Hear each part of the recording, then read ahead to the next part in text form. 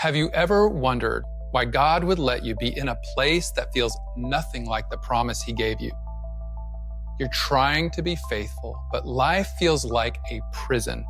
You're holding onto dreams, but nothing looks like destiny. You're in exile and you're wondering if God forgot. But what if this season isn't punishment? It's placement. What if, like Joseph, you've been sent ahead of time? Stick around to the end, because I'm going to share the one moment, the event that unknowingly triggered a chain reaction in my life. At that time, I had no idea what God was doing. But looking back, it was the beginning of a divine setup years later. He revealed to me that I had been walking in a Joseph calling all along. So let's get started.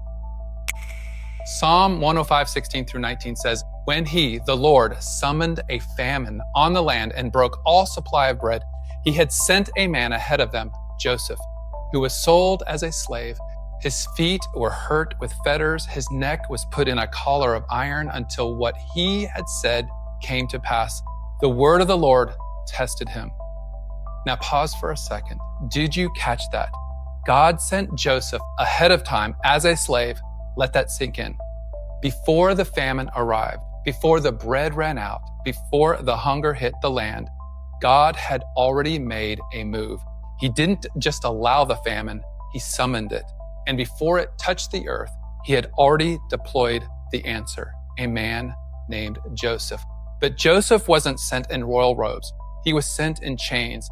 This wasn't punishment. This was positioning. And here's what absolutely wrecks me. The psalmist isn't just giving us a history lesson. He's revealing something hidden, something deeply prophetic, something we're meant to see in our own lives. Because what if you're a Joseph? What if your exile is not abandonment, but assignment?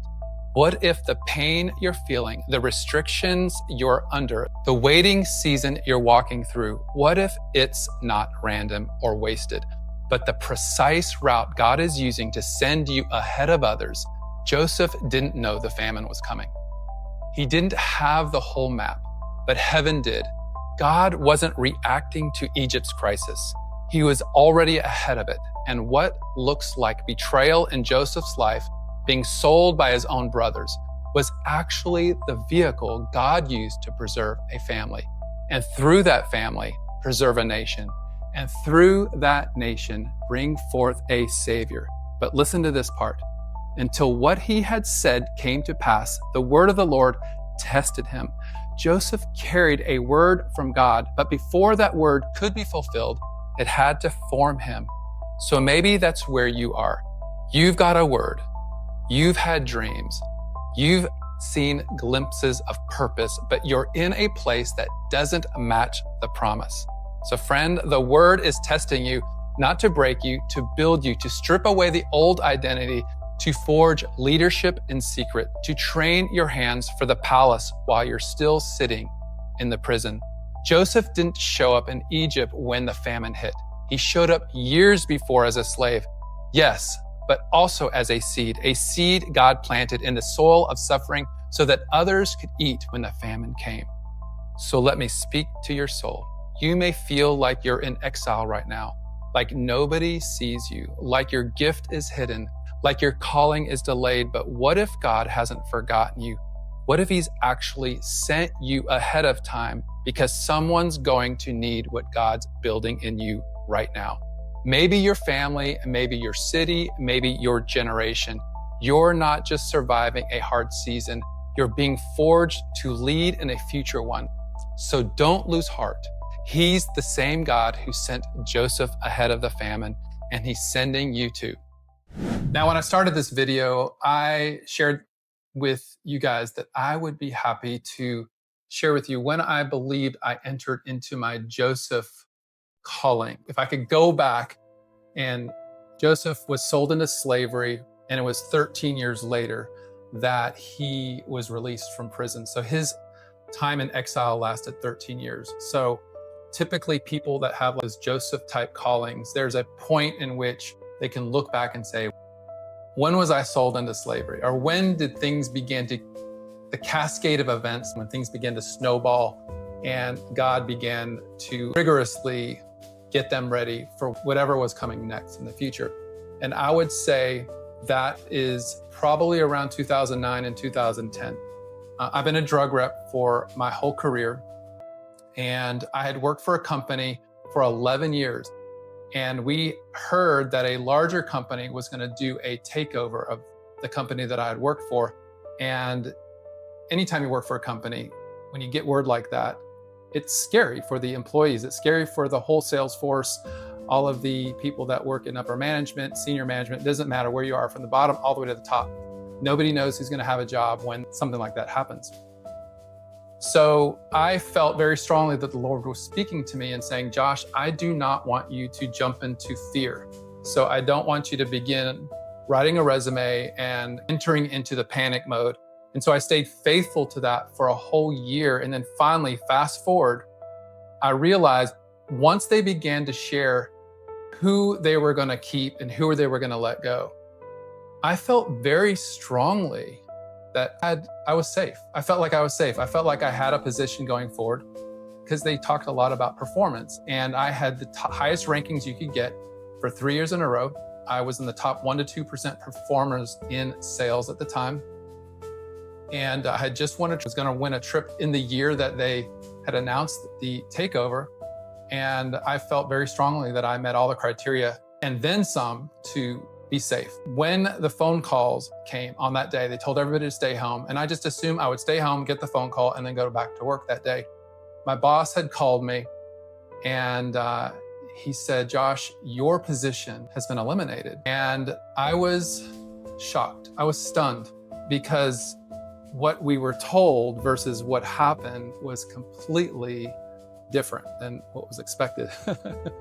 It didn't match up. In fact, when he called me and said that my position had been eliminated, he was stunned himself. He didn't understand why and had no clue what's going on. It totally threw him off as well. And I had to just swallow this and try to figure this out. But I knew at that time that God was doing a shift. I asked the Lord, like, why were you leaning into me not to even write a resume? Why not even be ready if this happened? And that had a lot to do with, he didn't want me to enter into anxiety and fear. But it was also just a matter, are you going to trust me, Josh, what I have for you? Anyway, so this is what happened. Within weeks, I had opportunities lined up for me to enter into. Not only that happened, but the company that just announced all the layoffs and takeover of the company had offered me a job to come back in a promoted position. Unfortunately, I had already taken a job with another company. And I knew at that point in time, the Lord was saying, it's time to move on. I want you to move on. This is just a step in the process. But it was emotionally, it jarred me because you assume that if you're a performer or you're somebody that's really put everything out there, that you're safe in light of the environment of corporate America. And everything on paper said I was safe, but everything that happened was dismantling, and it was an emotional jar. So why do I say this is the beginning? It seemed like at this point in my life that there was after event that was like a snowball or a cascade of spiritual hits, including the destruction of my family just a couple years after that. And I have a video about that I put out about a month or two ago, that you can go back and look at that. It talks a lot about the destruction of my family and my marriage.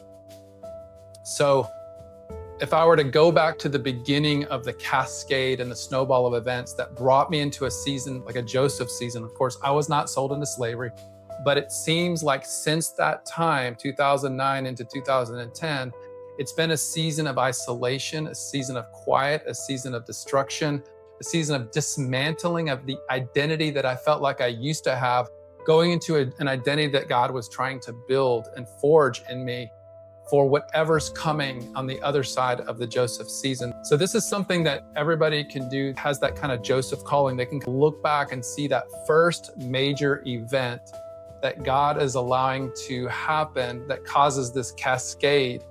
Of course, with Joseph, it was being sold into slavery by his brothers. And then there was a series of events after that. And then finally, the promise came after that. And he was ready. He was trained. He was armed. He went from ruling a prison to ruling a nation. So anyway, I just hope this encourages you. I hope this gives you some understanding of how God works in this thing. So it's very possible that in the season of this Joseph calling, that God is calling you into some future event. You're being sent into an event that God has already spoken into existence, just like he did in the days of Joseph. He had already called into being a famine that would take place. And then he sent Joseph ahead of time to prepare a place to then save a family, save a nation, and then give rise to our Savior. So God bless you. And I hope this spoke to your heart, and I will see you in the next video. God bless.